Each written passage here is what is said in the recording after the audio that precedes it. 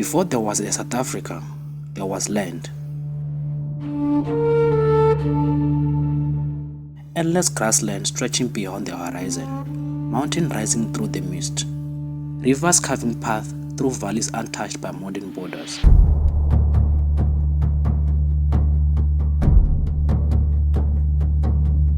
A land of forest and desert, of fertile coastline and dry interior plains, of people who lived, traded, worshipped, fought, survived, and built civilization long before the modern world ever knew their names. And across this land, history was happening everywhere at the same time.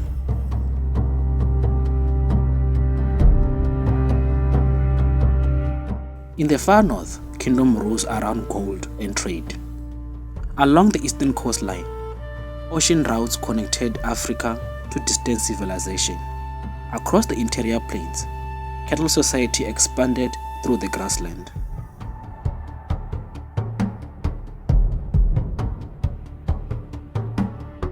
And in the south, at the very edge of the continent, ancient communities survived against wind, drought, and time in south. This is not the story of one kingdom. This is not the story of one province, one tribe, or one people.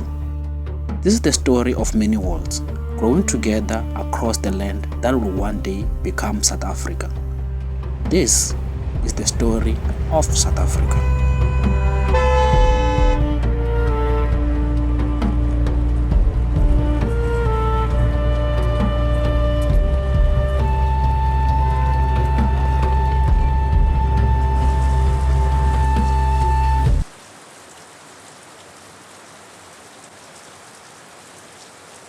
Thousands of years before written history reached Southern Africa, the Cape was already home to some of the eldest surviving communities on Earth.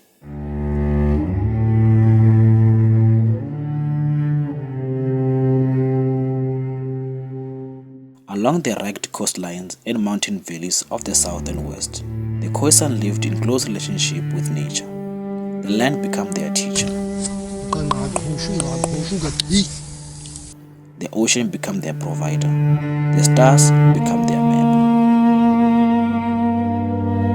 They moved across deserts, grassland, and coastline with extraordinary knowledge of survival.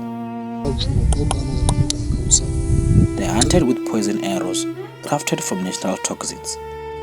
They tracked animals across impassable terrains. They gathered roots, herbs, berries, and medicinal plants hidden beneath dry earth. Every foot carried meaning. Every movement of the wind revealed information. Every animal possessed spiritual significance. Along the Cape Coast, communities gathered shellfish from rocky shores and survived through seasonal movement shaped by weather and water. They understood the rhythm of the environment better than anyone who will come after them.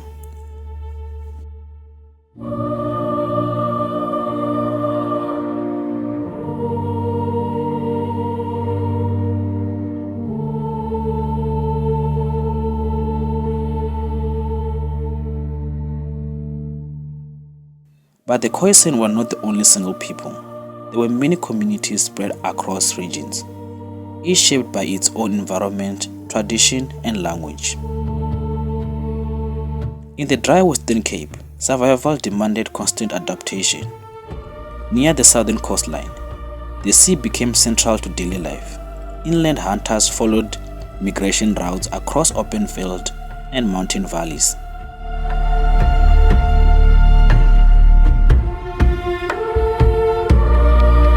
For generations beyond counting, this community shaped the land and the land shaped them.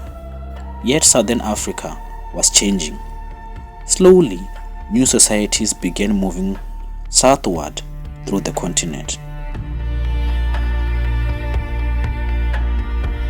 By the first millennium, farming communities had spread across large parts of Southern Africa.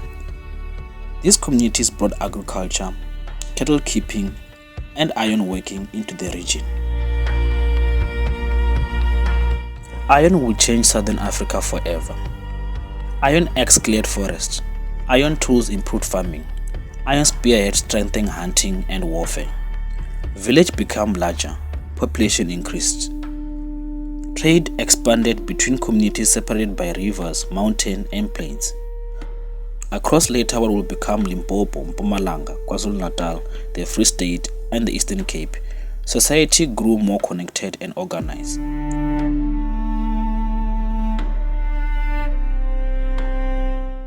But nowhere was this transformation more visible than along the eastern coastline of Natal. Warm rivers flowed into the Indian Ocean. Rainfall supported fertile agricultural land. Dense vegetation covered much of the region. Farming community established settlement throughout the hills and river valleys.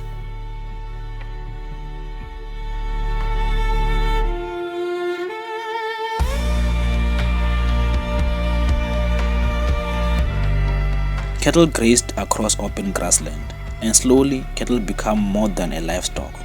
They become wealth, status, power, spiritual connections. Family measured prosperity through cattle ownership. Marriage arrangements were negotiated through livestock exchange. Leaders gained influence through land, cattle, and kinship networks.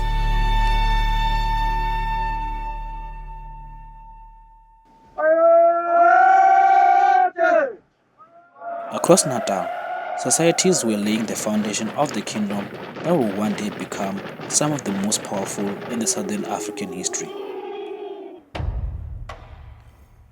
But while farming society expanded across the western interior, another civilization was rising in the far north.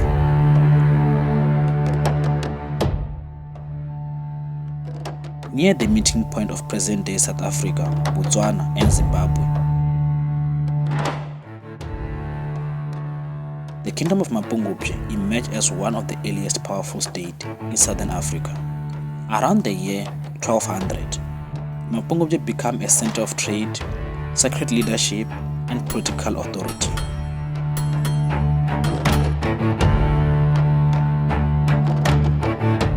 Built upon a hill overlooking the Limpopo River, it controlled growing trade routes stretching across the southern Africa and towards the Indian Ocean world.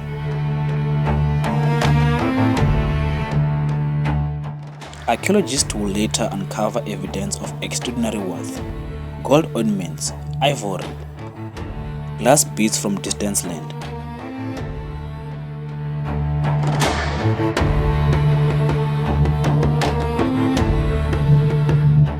The famous golden rhinoceros discovered at Mapungubwe will later become a symbol of sophisticated African civilization long before European colonization.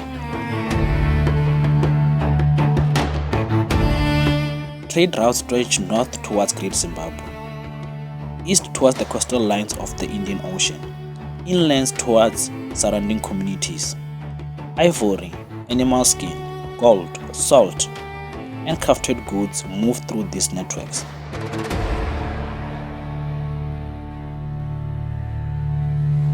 Southern Africa was no longer isolated. It had become part of a wider global trading world. Leaders at Mapungubwe control wealth through commerce and political authority.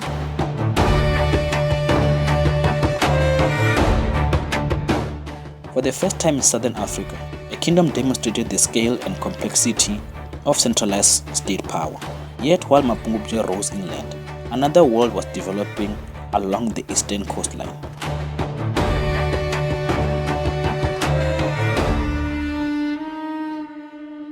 Monsoon winds carried merchants between Africa, Arabs, Persian, Indian, and Asia.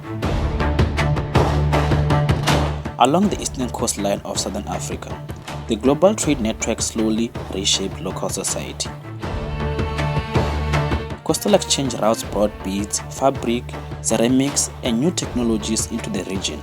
Traders crossed water linking southern Africa to distant civilization beyond the horizon. But trade moved more than goods. It carried ideas, language, beliefs, cultural influence. Community along the coast adopted to this growing connection with the outside world. Fishing settlements developed into local trading centers.